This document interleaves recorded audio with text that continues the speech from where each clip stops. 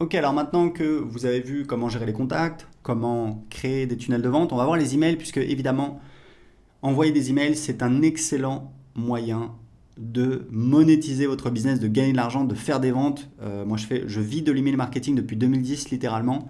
J'envoie des emails, j'envoie à peu près. Faudrait que je vérifie, je sais plus, c'est 1 ou 2 millions d'emails par mois et ça me permet de faire plus de 100 000 euros par mois. Donc c'est voilà, c'est vraiment mon business. System.io vous permet évidemment de faire tout ce dont vous avez besoin. La première utilisation, c'est donc de créer une newsletter. Une newsletter, c'est quoi? C'est un email qu'on va envoyer manuellement à sa liste. On va faire un envoi manuel ou alors on peut le planifier, mais grosso modo, c'est quelque chose qui va arriver une fois. Donc on pourra toujours dupliquer sa campagne, enfin dupliquer sa newsletter, la réenvoyer 6 mois plus tard, un an plus tard. Nous, c'est ce qu'on fait parce qu'on fait tourner un petit peu nos offres, nos campagnes. Mais en attendant, ça vous permet d'envoyer un email très rapidement. Donc voilà, on va mettre. Donc pour le titre de l'email, je vous conseille fortement. Il y a toujours quelque chose qui fonctionne très bien, c'est bénéfice plus curiosité. Donc par exemple, euh, la méthode agir pour investir dans l'immobilier. Voilà, donc investir dans l'immobilier, c'est un bénéfice. La méthode agir, qu'est-ce que c'est? Il faut cliquer pour voir.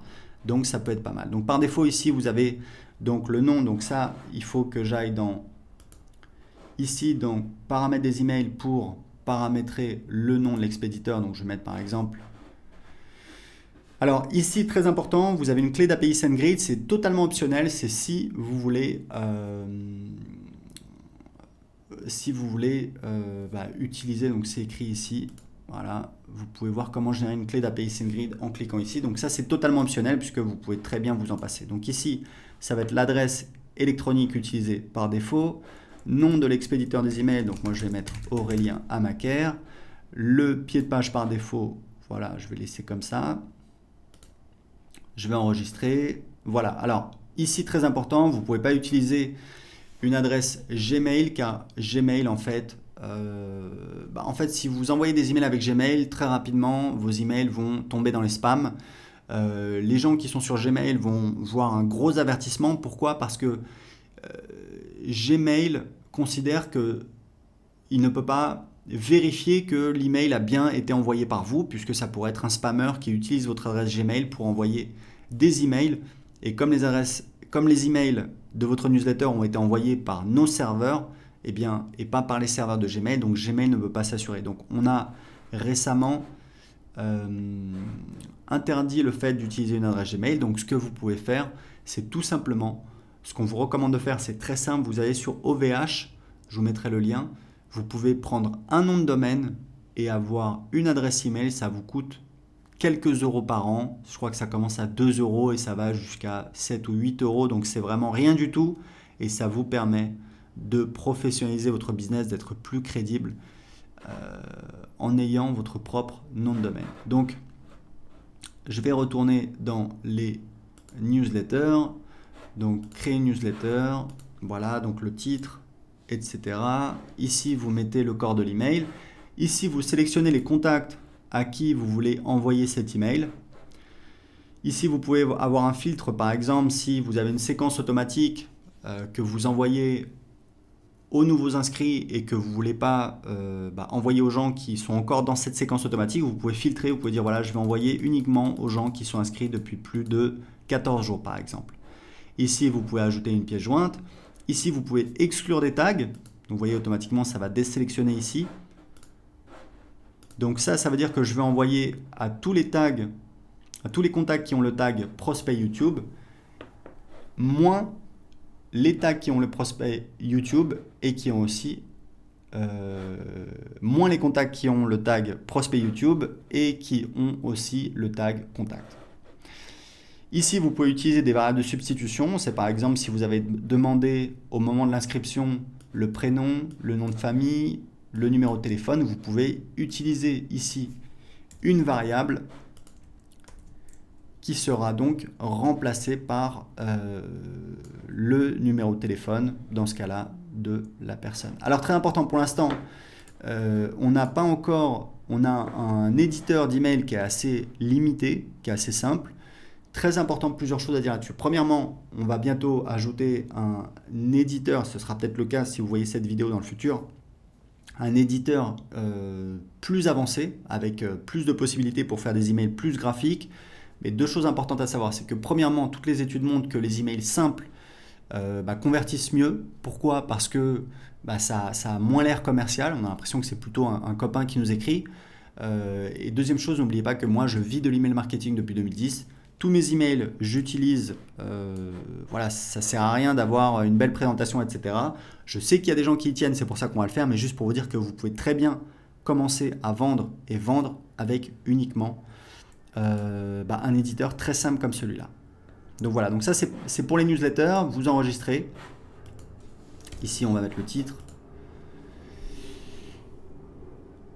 Et ensuite on va pouvoir passer à l'étape suivante et on va pouvoir soit envoyer l'email tout de suite, soit planifier un moment, une heure dans le futur à laquelle on va vouloir faire partir l'email. Typiquement, moi je vous conseille, en tout cas je peux vous dire que ça dépend de votre cible. Si votre cible sont des professionnels, c'est une cible que je connais moins. Ma cible, ce sont pour les 2/3 des particuliers et pour 1/3 des toutes petites entreprises. Et je sais que ce qui fonctionne très très bien pour envoyer des emails, c'est les meilleurs jours, c'est donc mardi, mercredi, jeudi. Idéalement, j'envoie les emails tôt le matin, c'est-à-dire vers 7h30, 8h. Les emails et le dimanche soir, c'est très très bien aussi. Les moments les moins bons pour envoyer des emails, c'est donc le lundi. Le lundi matin, les gens retournent au boulot, ils sont motivés, ils ont des réunions, ils ont des tâches qui les attendent, donc ils sont moins disponibles. Le samedi, alors le vendredi soir évidemment tout le monde sort. Le samedi les gens ils font les courses, ils sortent, ils voient des amis, etc. Donc ils sont moins devant leur ordinateur. Le dimanche matin je pense que c'est pas mal et le dimanche soir c'est vraiment très très bien pour envoyer des emails. Donc voilà, donc moi c'est surtout mardi, mercredi, jeudi et dimanche. Ok? Donc ça c'est des petits conseils pour envoyer des emails, des petits conseils très simples. Ici vous avez donc les campagnes et pour créer une campagne vous allez voir ça va être par exemple... Voilà, si vous voulez que quelqu'un qui s'inscrive à votre blog reçoive automatiquement des conseils, vous avez promis 7 conseils pour ta. Alors ici la description c'est pas très important, on l'utilise plus, vous pouvez mettre ce que vous voulez. Donc on a la confirmation, la campagne a été créée avec succès, donc on va cliquer sur, donc là on a la campagne, on va cliquer et là on voit les emails de la campagne. Donc on va créer la première étape, donc pareil ça va être un email. Ici, on va dire quel est le délai entre cet email et le précédent, placé après cet email, donc on va laisser comme ça. Et c'est ça qui nous permet tout simplement de réordonner les emails. Alors, je ne peux pas enregistrer parce que j'utilise une adresse Gmail, il faudrait que j'utilise une adresse avec un nom de domaine. J'en ai, mais pas sous la main.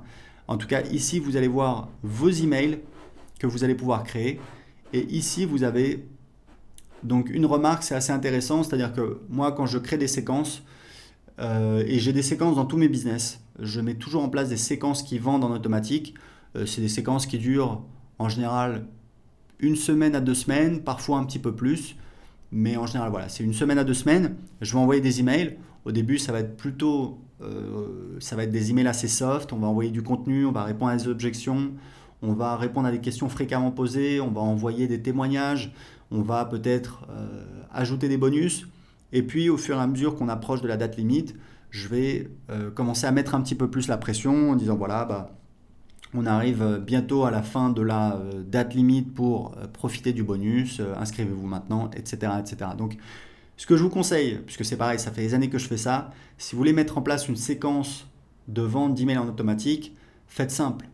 Prenez-vous 2 heures, vous faites 3 emails, hop, vous avez 3 emails qui tournent, plus besoin de vous en préoccuper. Vous pouvez faire 5 emails, 7 emails, 10 emails, c'est pas très important. Ce qui est important, c'est vraiment de ne pas essayer de faire parfait, d'avoir quelque chose qui est présent, d'avoir une petite séquence qui tourne et qui va travailler pour vous, puisque vous allez voir que vous allez voir le nombre de contacts à cette étape, vous allez voir le nombre de contacts qui sont en train d'avancer comme ça. Vous allez voir les statistiques et puis ici, vous avez un champ remarque qui est assez utile où en fait, moi, je note quel est le but de cet email. Donc ça va être témoignage, annonce bonus, répondre aux objections, etc., etc., etc. Donc ici, vous allez ajouter les emails de vos campagnes. Donc vous voyez, c'est très simple. Vous pouvez soit envoyer des newsletters, donc c'est des envois manuels qui sont réalisés une fois, même si vous pouvez ensuite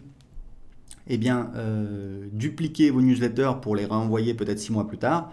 Vous avez également accès à des statistiques détaillées sur quelles sont les personnes qui ont ouvert l'email, quelles sont les personnes qui ont cliqué sur l'email, quelles sont les personnes qui ont cliqué sur spam. C'est très important parce que ces personnes-là, il va falloir, ce que je vous conseille, c'est de supprimer ces personnes-là, parce que c'est des personnes qui apparemment ne veulent pas recevoir vos emails. Et que si vous avez trop de personnes qui cliquent, enfin qui notent votre email comme spam, ça va nuire à votre délivrabilité. Donc c'est très important pour vous d'essayer d'éviter ça.